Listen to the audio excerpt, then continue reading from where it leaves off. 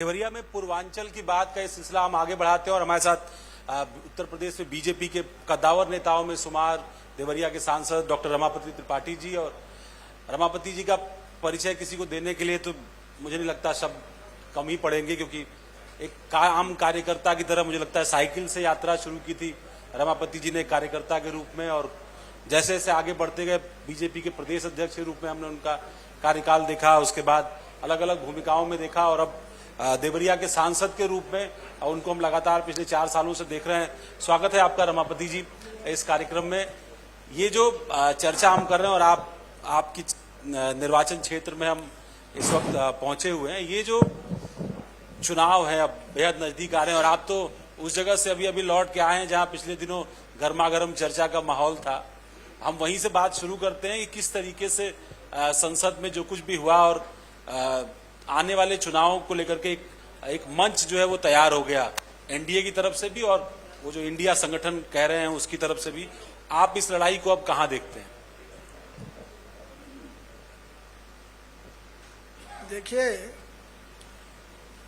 Bharatiya Janata party के नेता स्वर्गीय अटल बिहारी वाजपेयी जी ने देश में एक राष्ट्र केंद्रित विकल्प बनाने के लिए एनडीए का निर्माण किया और आज मैं बहुत ही गर्व से कह सकता हूं कि 25 वर्षों से एनडीए की संख्या निरंतर बढ़ती गई और आज एनडीए देश को राष्ट्रीय धारा के तरफ ले जाने में सफलता पाई।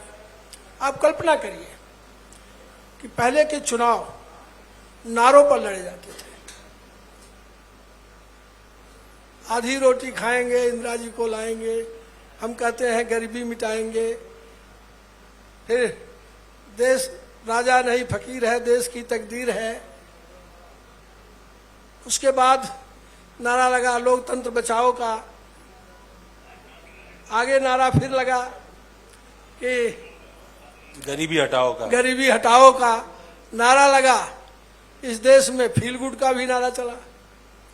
लेकिन आज हम कह सकते हैं कि 2014 में श्रीमान नरेंद्र मोदी जी के नेतृत्व में सरकार बनने के बाद और 14 के चुनाव को भी देखें तो चुनाव देश के सवाल पर हुआ था। या तो स्वतंत्रता की लड़ाई देश को केंद्रित करके हुई थी, नहीं तो 14 में बीच में सारे चुनाव नारों पर हुए। और जब माननीय मोदी जी ने आह्वान किया कि देश में भ्रष्टाचार बढ़ गया, अगर हम 3 शब्दों में कहें, देश की तस्वीर विश्व में भ्रष्ट राष्ट्र की बन गई। घोटालों पर घोटाला, सभी प्रधानमंत्रियों के कार्यकाल में घोटाले होते गए और उसके बाद देश की तस्वीर विश्व में एक अत्यंत विपन्न राष्ट्र की बन गई। हमारे देश के प्रधानमंत्री कहीं जाते थे तो कर्ज पर दस्तखत करके कर्ज लेके आते थे और उसका ढिढोरा पीटते थे। और उसके अलावा देश की तस्वीर विश्व में एक कमजोर राष्ट्र की बन गई।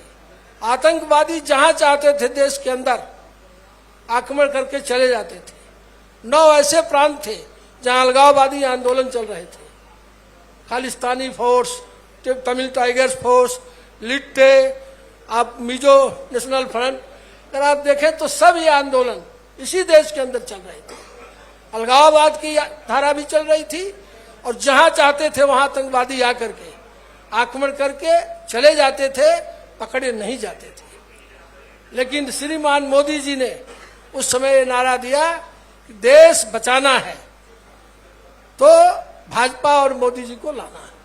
और देश की जनता ने उस राष्ट्रीयता को, जो कभी स्वतंत्रता के समय स्वराज का जब आंदोलन चला था तो देश सामने था, कांग्रेस को प्रतीक माना था, उसको आउट करके और भारतीय जनता पार्टी को देश की जनता ने विश्वास दिया। पूर्ण बहुमत की सरकार 30 वर्षों के बाद बनी और श्रीमान मोदी जी प्रधानमंत्री बने। तो आज हम कह सकते हैं कि हम 14 का चुनाव भी राष्ट्र को केंद्रित करके लड़े, फिर 19 का चुनाव जब लड़े तो भी कोई लुभावना नारा नहीं दिए थे, कोई रेवड़ी नहीं दिए थे। मोदी जी ने जो किया था उसी का उल्लेख करके हमने गरीबों का उत्थान किया। क्यों अच्छे दिन तो ला ही रहे थे आप लोग, अच्छे दिन आएंगे। तो अच्छे दिन लाए, वो बताते आगे, और हम चुनाव फिर जीते। और ये चुनाव भी हम आज जब लड़ेंगे तो देश के अंदर हम जो हमने कहा था उसको किया। और आज राष्ट्र की, जो मैंने 3 बातें कहा, आज देश की तस्वीर विश्व में अब भ्रष्ट राष्ट्र की नहीं है, श्रेष्ठ राष्ट्र की है। देश की तस्वीर विश्व में विपन्न राष्ट्र की नहीं है, देने वाले राष्ट्र की है। कोरोना काल में भी हम दवा भी दिए विश्व को, अनाज भी दिए, और सबसे पहले वैक्सीन भी बनाए, सुरक्षा भी दिए। और आज देश की तस्वीर विश्व में अब कमजोर राष्ट्र की नहीं है। 9 वर्षों के अंदर देश के अंदर एक भी आतंकवादी घटना नहीं हुई।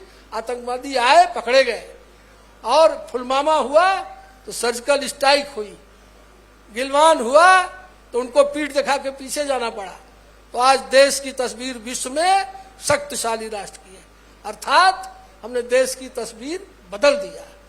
दूसरे शब्दों में, हमारे देश का एक बहुत बड़ा वर्ग था जो अपनी गरीबी को तकदीर मान लिया था। घर नहीं है, 4-4 पीढ़ी छप्पर में पैदा हुए, छप्पर में आए, छप्पर में चले गए, और कहते थे हमारे तकदीर में यही है। लड़का बीमार पड़ा, दवा खेत बेचे, जेवर रखे, और लास्ट में पैसे की कमी में दवा नहीं कर पाए तो कहे हमारे तकदीर में है। दूसरे के बर्तन को साफ करते थे, उनके सिलेंडर को साफ करते थे, और कहते थे गैस का सिलेंडर हमारे तकदीर में नहीं है।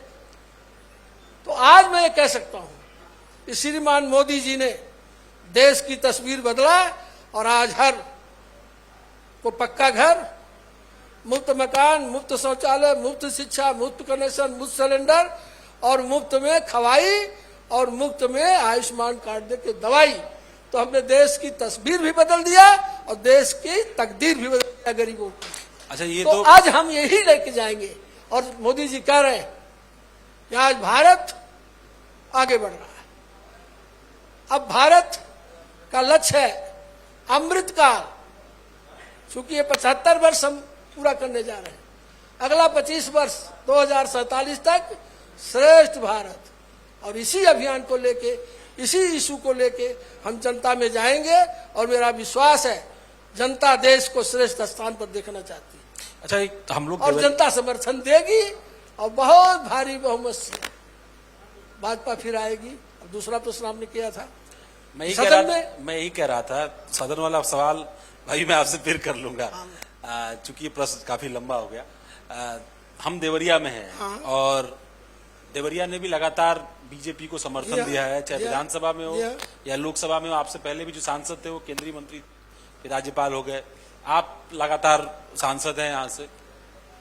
ये जो पूरी यात्रा 9 साल की है, अगर हम 9 साल की मोदी जी की यात्रा को लेकर के चलें तो देवरिया में क्या कुछ बदला, और देवरिया बीजेपी को दोबारा वोट क्यों दे? देखिए, आप कल्पना करिए उस 9 वर्ष पहले की देवरिया की, मैं तो अपने कार्यकाल के 5 वर्ष पहले की देवरिया का भी करूंगा। तो देवरिया में अस्पताल था, लेकिन मेडिकल कॉलेज नहीं था। दवा के लिए लोगों को गोरखपुर, लखनऊ दौड़ना पड़ता था। तो देवरिया को भारतीय जनता पार्टी की सरकार ने मेडिकल कॉलेज दिया। भारतीय जनता पार्टी के देवरिया में इंफ्रास्ट्रक्चर को बढ़ाया। यहाँ की मेन सड़क जो है ये हाईवे हुई, यहाँ से कसिया की सड़क देखिए, यहाँ से बलिया की तरफ जाइए, पुल बन रहा है। तो कुल मिलाकर के देवरिया को हमने इंफ्रास्ट्रक्चर भी दिया। और आगे अगर आप देखें तो आज 5 वर्षों में देवरिया को 2527 करोड़ की सौगात अभी गडकरी जी आके शिलान्यास करके ये बाईपास बनने का। इसके अलावा आज देवरिया के स्टेशन को, रेलवे स्टेशन को प्रधानमंत्री जी ने अमृत और भारत स्टेशन के रूप में 61 करोड़ रुपया दिया विकसित होने का। आज देवरिया में जब मैं आया, देखा तो यहाँ पर पुल केवल हमारी लोकसभा को ले लें, बाकी का भी अगर उसमें जोड़ें तो लगभग 400 गांव ऐसे थे, सुदूर थे, नदियों के किनारे थे, टोले थे, उनका विद्युतीकरण नहीं हुआ था, ढेबरी और ललटेन में रह रहे थे। आज हमें कह सकते हैं कि प्रत्येक गांव में विद्युत का खंभा भी गया, तार भी गया, बल्ब भी बन रहा है। इसके अलावा आप देखें तो देवरिया में जो योजनाएं हैं वो तो लागू ही हुई। आज अभी पूरे देवरिया में गणना कराया हम लोगों ने, 1440 ऐसे लोग थे जो दिव्यांग थे, चल नहीं सकते थे, बरसों से लाइन लगाए थे। एक साथ केंद्रीय मंत्री से बात करके और एक दिन में 1440 लोगों को ट्राई साइकिल दी गई। आज कोई दिव्यांग नहीं है जिसके पास ट्राई साइकिल नहीं, वो भी किया। अभी आप देखिए, अभी फिर देवरिया को अगर आप देखें तो देवरिया में विश्वविद्यालय की बात हुई। विश्वविद्यालय के लिए देवरिया के लिए प्रस्ताव आया, लेकिन देवरिया में जगह नहीं उपलब्ध हो पाई। 250 एकड़ जमीन चाहिए थी और आज उस जमीन की भी व्यवस्था की गई, वो भी इसी लोकसभा में। विश्वविद्यालय भी बन रहा है। नेशनल हाईवे अभी एक स्वीकृत हुई है जिसकी घोषणा हो गई, शिलान्यास होगा 2 महीने में। वो सोनबरसा से चलेगी, केवल 20 गांव गोरखपुर के रहेंगे, बाकी सब देवरिया लोकसभा के, और वो सिलीगुड़ी जाएगी। 75 किलोमीटर देवरिया के, उससे किसान भी लाभान्वित होंगे, विकास होगा। एक शब्दों में कहें, केवल बाईपास बनने से देवरिया को 2-3 लाभ हुए। एक तो अगर आप देखें तो देवरिया के लोग, चूंकि इस शहर में सारी सुविधाएं नहीं थी, तो पलायन करके गोरखपुर में आवास बनाते थे। इधर के 4 वर्षों का आंकड़ा मेरे पास है, पलायन रुका है। अब देवरिया की ही जमीन महंगी हो रही है और 13 किलोमीटर जो बाईपास बनेगा, देवरिया इधर विकसेगा। उसरा में लागू हुआ, कारखाना आया, डिस्टलरी आई, इसी कार्यकाल में आई, इसी 9 वर्ष के अंदर आई है। और अभी हमने प्रयास करके, मैं 19 में ही उसका शिलान्यास कराया था, अब उत्पादन कर रही है सौर ऊर्जा केंद्र। सौर ऊर्जा केंद्र पूरे पूर्वांचल में केवल देवरिया में स्थापित हुआ, उससे किसानों को भी लाभ हुआ, उनको उनके जमीन का अच्छा किराया मिलता है, जितना उत्पादन नहीं होता था, और 46 मेगावाट बिजली वहां बनने लगी है, और आगे लक्ष्य है 400 मेगावाट बिजली तक बनाने का।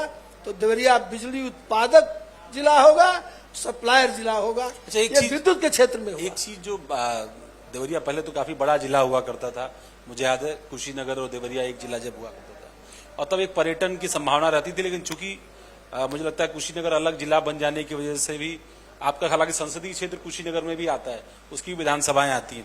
एक जो सवाल मन में आता है कि बीजेपी लगातार कहती है, बीजेपी के सारे नेता कहते हैं, आप लोग भी कहते होंगे, कि डबल इंजन की सरकार का क्या बेनिफिट मिला? मतलब 14 से 17 की यात्रा और 17 से 22 की यात्रा, जो अब तो 24 आने जा रहा है, तो इसकी यात्रा ये कितनी अलग थी? इतनी बातें मैंने आपको गिनाया, ये इसीलिए संभव हुई कि डबल इंजन की सरकार थी। केंद्र से जो योजनाएं आनी थी उसको प्रदेश ने सपोर्ट किया, और प्रदेश की योजनाओं को केंद्र ने सहयोग किया, और योजनाएं यहां आई। और आज देवरिया विकसित जिले होने की तरफ बढ़ रहा है। देवरिया में स्थिरता आई है, देवरिया में शिक्षा केंद्र भी हो गया, देवरिया में चिकित्सा केंद्र भी हो गया, और देवरिया में उद्योग भी, जो औद्योगिक क्षेत्र थे बंद पड़े थे, लघु उद्योग हमारे 50 बंद थे, उसमें से 20 चालू हो गए। लघु उद्योग भी आ रहा। 245 करोड़ के निवेश का मेमो पर दस्तखत हुई है, वो भी उद्योग आने वाला है, जल्दी आएगा।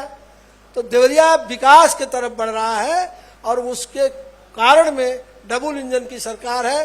प्रदेश सरकार अपना दायित्व निभा रही है, केंद्र सरकार अपना दायित्व निभा रही है, और आगे अभी देवरिया में और 2-3 योजनाएं प्रस्तावित है। मैं पहले कहूं तो ठीक नहीं है, लेकिन मेरा विश्वास है कि जल्द ही। पर आप तो चुनाव में कहेंगे ना कि मैं ये करने जा रहा हूं, ये करने जा रहा हूं, तो आपको कहना पड़ेगा, ये तो आपको कहना पड़ेगा। करके जाऊंगा, उसके पहले वो भी हो जाएगा। जैसे मैंने कहा कि ये एक्सप्रेसवे सिलीगुड़ी एक्सप्रेसवे, ये हो जाएगी शिलान्यास उसके पहले। इसके अलावा मैं प्रयास कर रहा हूं कि देवरिया में कुल संख्या आई है 13,490 लोग ऐसे हैं जो किसी न किसी रूप में दिव्यांग है। 1440 हुआ, अब किसी को कान का चाहिए, किसी को हाथ वाला चाहिए, ये भी जल्द स्वीकृत होके आ जाएगा। और यहाँ कोई भी दिव्यांग संसाधन के अभाव में मायूसी नहीं महसूस करेगा। सरकार उसको सपोर्ट देगी और वो सम्मान के साथ चलेगा, अपना उद्योग भी खड़ा करेगा। तीसरी बात, लघु उद्योगों के दृष्टि से अभी कोरोना काल में जो प्रधानमंत्री ग्रामीण रोजगार योजना चली, स्वरोजगार योजना, उसमें भी देवरिया के लोग बड़ी संख्या में लाभान्वित हुए। यहाँ के रेवड़ी वाले, यहाँ के पटरी वाले, यहाँ के ठेला वाले, आप पता करिए, सूचीबद्ध कराया उनको। जो प्रारंभिक जब वो कोरोना में एकदम निहत्थे हो गए थे, हैंड टू माउथ हो गए थे, तो उनको भी खड़ा करने का काम हमारी सरकार ने किया। आज हम ये कह सकते हैं कि हमारी सरकार ने जो कहा था, हमने 3 बातें कहा था।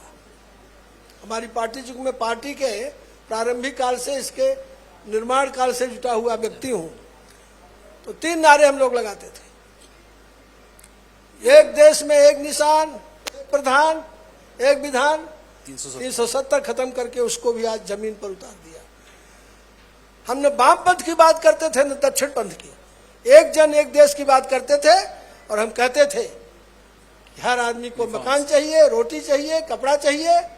और आज अंत्योदय का जो हमारा नारा था, उसको भी माननीय मोदी जी के नेतृत्व में और मोदी जी का विजन और योगी जी का सहयोग, आज वो भी कार्यान्वित हो गया। तीसरी बात, हम कहते थे कि भारत केवल सीमाओं का भौगोलिक देश नहीं है, भारत सांस्कृतिक राष्ट्र है। इसकी एक श्रेष्ठ संस्कृति है, एक श्रेष्ठ हमारी सभ्यता है। और आज हम कह सकते हैं कि आज सांस्कृतिक राष्ट्र के रूप में भी शिव धाम बन गया, महाकाल बन गया, राम जन्मभूमि मंदिर बन रहा है, माँ का मंदिर का जीर्णोद्धार हो रहा है। तो सांस्कृतिक केंद्र के रूप में आज भारत विकसित हो गया। और अगर आप इधर 2 वर्षों से देखें तो बड़ी संख्या में पर्यटक जो जाते थे ताजमहल देखने, अब वो आ रहे हैं शिव धाम देखने, वो आ रहे हैं राम जन्मभूमि देखने। और पर्यटन भी एक बड़ा उद्योग हमारे देश का बन गया। और सांस्कृतिक राष्ट्रवाद भी देश के अंदर दिख रहा है, वो भी स्थापित हो गया। इसलिए प्रधानमंत्री जी कह रहे हैं जब हमारा अगला लक्ष्य जो हमने नारा दिया था श्रेष्ठ भारत बनाने का, विश्व गुरु बनाने का, और उसके लिए हम आगे बढ़ रहे हैं। और आज ये भी छोटी बात नहीं है, भारत 75 वर्षों से विश्व की 15वीं आर्थिक ताकत था। माननीय अटल जी आए तो 10वीं पर लाए, और आज मोदी जी के नेतृत्व में हम विश्व की 5वीं आर्थिक ताकत बन गए। और ब्रिटेन जो हम पर राज किया था, हमसे पीछे हो गया, हम उससे आगे हो गए। और माननीय मोदी जी का लक्ष्य है, ये भी हम चुनाव में लेके जाएंगे कि 2027 तक पुनः हम सत्ता में आ रहे हैं, भारत विश्व की 3री आर्थिक ताकत बन जाएगा। और 2 देश और पीछे हो जाएंगे, और 2047 आते आते हो सकता पहले हो जाए, विश्व की पहली आर्थिक ताकत बन जाएगा। छोटी विकास है, हम आर्थिक क्षेत्र में विकास किए, हम सेना के क्षेत्र में विकास किए, और तेजी से हम आगे बढ़ रहे हैं और विश्व स्वीकार कर रहा है। 2 चीजें जो मैं पिछले कुछ घंटों से देवरिया में हूं, तो उन लोगों ने कहा कि अगर सांसद जी का इंटरव्यू हो रहा हो तो उनसे कहिएगा, उनसे मांग करिएगा। सवाल तो खैर बोलिए बहुत सारे होते हैं। एक सवाल इस बात का था कि सब जानते हैं कि आपके राजनाथ जी से बहुत निजी, बहुत करीबी रिश्ते रहे हैं, उनके साथ संगठन में बहुत काम किया। तो सबने कहा देखिए बेरोजगारी तो कम नहीं हुई, चाहे सरकार किसी की भी आ गई, और सरकारी नौकरी लोगों को नहीं मिल पाई, और खासतौर पर उत्तर प्रदेश में। तो ये एक मांग थी कि भाई सेना की भर्ती, अग्निवीर की सेवा, आप कार्यक्रम तो लेकर के आ रहे हैं, लेकिन लोग कह रहे हैं कि वो कम से कम देवरिया में तो उनका भर्ती कैंप वगैरह करा दें, पहला सवाल। दूसरा, कुछ ट्रेन को लेकर के बहुत सारे लोगों ने मुझसे कहा कि कुछ ट्रेन जो गोरखपुर तक आती हैं, जैसे इंटरसिटी है या वंदे भारत है, अगर वो ट्रेनें एक्सटेंड हो जाएं देवरिया तक, क्योंकि 40 मिनट आधे घंटे से ज्यादा का समय नहीं लगेगा, तो देवरिया के लोगों को लखनऊ की कनेक्टिविटी जो है वो शायद बेहतर हो पाए। देखिए, इस संबंध में मैं स्पष्ट करूं कि जो पहला सवाल आपने किया, तो रक्षा विभाग की यहाँ पहले से 40 एकड़ जमीन पड़ी हुई है खुकुंदू के आगे, और आप लोग पढ़े भी होंगे, मैं संसद में इसको उठाया था कि देवरिया में सैनिक भर्ती केंद्र खोला जाए, जमीन भी उपलब्ध है और सरकार उसका निर्णय ले। तो आज मैं इतना ही कहूँगा, कुछ समय आश्वासन आया था कि इस पर विचार किया जा रहा है, तो कुछ प्रक्रियाएं होती हैं, विचाराधीन है। दूसरी बात अगर मैं कहूँ तो रेलवे के दृष्टि से हमने 3-4 चीज़ें कहा था। एक तो देवरिया रेलवे स्टेशन को भी आधुनिक बनाया जाए, दर्शनीय बनाया जाए, ये हवाई अड्डे के तट पर विकसित होगा।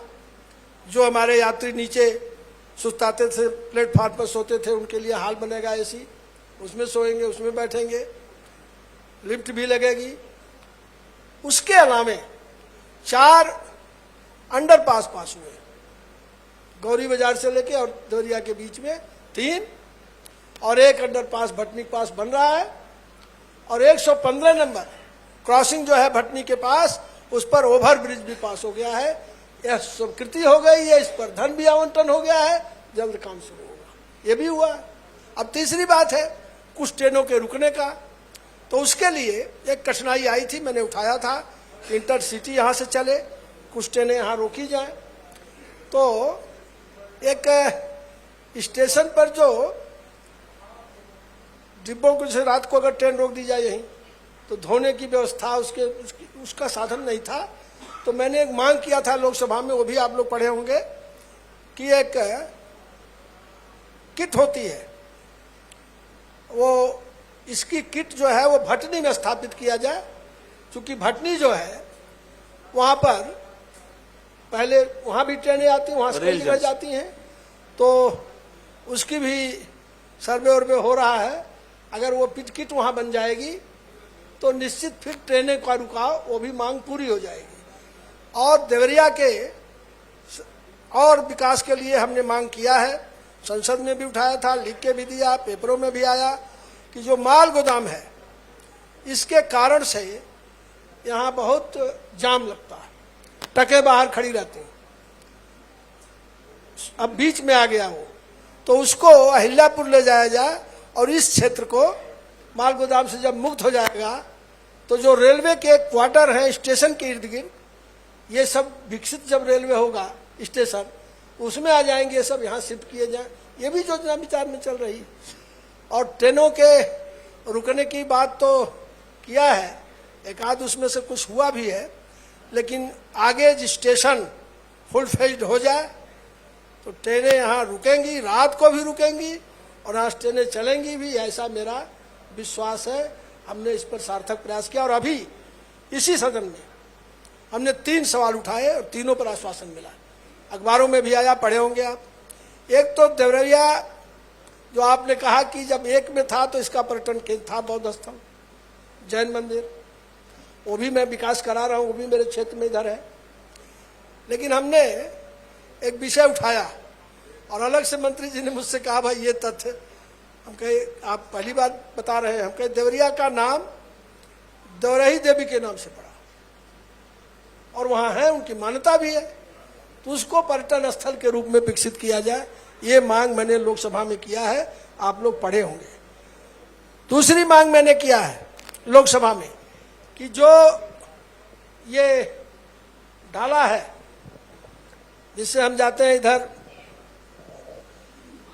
कशा वाला ढाला जो है, इस ढाले पर भी ओवर ब्रिज बनाया जाए या अंडरपास बनाया जाए, जिससे यहाँ का भी रुके। ये भी अभी इसी सदन में उठाया, अभी फिर अंतिम परसों उठाया था, जो कल छपा होगा यहाँ, कि देवरिया में बहुत बड़ी संख्या में मैं देखता हूँ, जब इधर निकलता हूँ तो किसान सब्जी पैदा करते हैं, फल पैदा करते हैं। चूंकि ये मार्केट कुल मिला के यहाँ की आबादी इतनी नहीं है कि सारा माल यहाँ खपत हो, लेकिन कोई साधन न होने के कारण उनको औने पौने बेचना पड़ता है। और वही माल तो मैंने मांग किया कि यहाँ एक हब बनाया जाए, जो यहीं पर सरकार उसको खरीदे, उनको उचित रेट मिले और यहाँ से एक बोगी लगाई जाए ट्रेन में, जो यहाँ का माल बम्बई भी जाए, बाहर भी जाए, और किसानों के यहाँ का उत्थान हो और यहाँ का ये उत्पादन कृषि पर आधारित उद्योग भी विकसित हो और यहाँ के नौजवान यही काम करें, प्रवासी होकर बाहर जाने के लिए बाध्य न हो। इस दिशा में भी हमने प्रयास शुरू किया है और ये संसद में उठाया। और संसद में कोई चीज उठती है तो प्रक्रिया में तो आती है। एक आखिरी में राजनीतिक सवाल पूछ रहा हूँ और उसके बाद आपको धन्यवाद कहूंगा। मैं सवाल पूछने से पहले थोड़ा हिचक रहा था, लेकिन मुझे लगा चूंकि आप सियासी व्यक्ति हैं और तमाम तरह के सवालों का जवाब देते रहते हैं।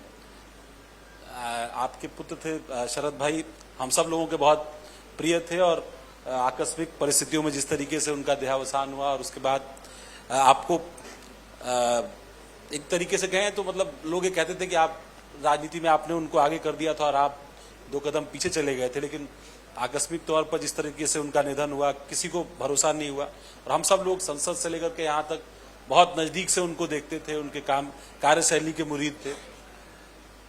लोग ये कहने लगे थे कि रमापति जी ने फिर दोबारा अपने आप को रिचार्ज किया और मेन स्ट्रीम पॉलिटिक्स में आए। आप यहाँ से चुनाव लड़े 2019 का, बड़े अच्छे अंतर से आप चुनाव जीते भी यहाँ से।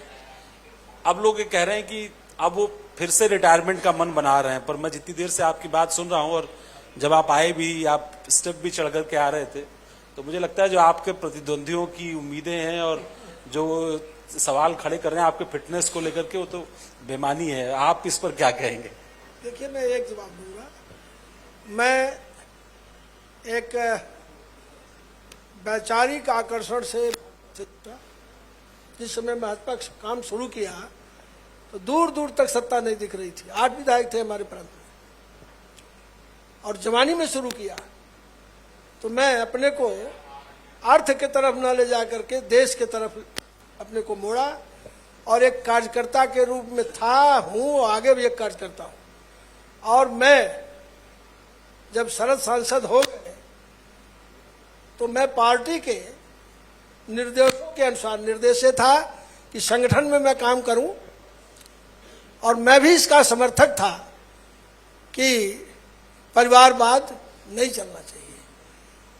तो पार्टी ने उस समय मुझे राष्ट्रीय टीम में लेके हम झारखंड के प्रभारी हुए, उसके पहले हम महाराष्ट्र के प्रभारी थे। तो संगठन में तो हम सदैव कार्यरत थे। अचानक, शायद आप लोगों को विश्वास होगा कि नहीं, मैंने मांगा नहीं था, मैंने कहा नहीं था, और टीवी पर मैं देखा कि मेरा नाम घोषित हुआ देवरिया से लड़ने का। देवरिया से मेरा संबंध था संगठनात्मक, यहाँ के लोग हमको स्नेह भी देते थे, हम भी इन लोगों को स्नेह देते थे, संबंध था। लेकिन देवरिया के लोगों ने उत्साह से उस निर्णय का सम्मान किया और हमने एक कार्यकर्ता होने के नाते चुनाव लड़ने के लिए यहाँ आए। और मुझे बहुत, मैं आभारी हूँ कि देवरिया के लोगों ने 57% मत मुझे दिया था और उस समय जब सपा बसपा का गठबंधन था। और इसलिए मैंने देवरिया को, जो हमारा स्वभाव रहा कि जब जो दायित्व मिला है उसको बिल्कुल निष्ठा से करने का, तो मैं इस लोकसभा में जब लोकसभा सदस्य होके आया तो देवरिया को अपना बनाया, यहीं निवास किया, यहीं रहा, लोगों के सुख दुख से जुड़ा, यहाँ के विकास से अपने को जोड़ा। और आज मैंने कहा कि मैंने किसी आकांक्षा महत्वाकांक्षा में पार्टी का काम नहीं शुरू किया था, ये पार्टी नेतृत्व तय करेगा कि मुझे क्या करना है। बाकी स्वास्थ्य की दृष्टि से आप सभी जानते हैं कि मैं पूर्ण स्वस्थ हूँ। आज के तारीख में मुझे न शुगर है, न ब्लड प्रेशर है, न कमर में दर्द, न यहाँ दर्द, मैं निरोग हूँ। और जनता के बीच कार्यकर्ताओं को, जनता को ही अपना परिवार मानता हूँ और इसी परिवार के साथ स्वयं को प्रसन्न रखता हूँ, संतुष्ट रखता हूँ। पद और प्रतिष्ठा से जुट के न काम किया, न वो मेरा लक्ष्य है। ये पार्टी तय करेगी कि हमको क्या भूमिका करनी है और जो पार्टी तय करेगी उस भूमिका को हम करेंगे। धन्यवाद। धन्यवाद।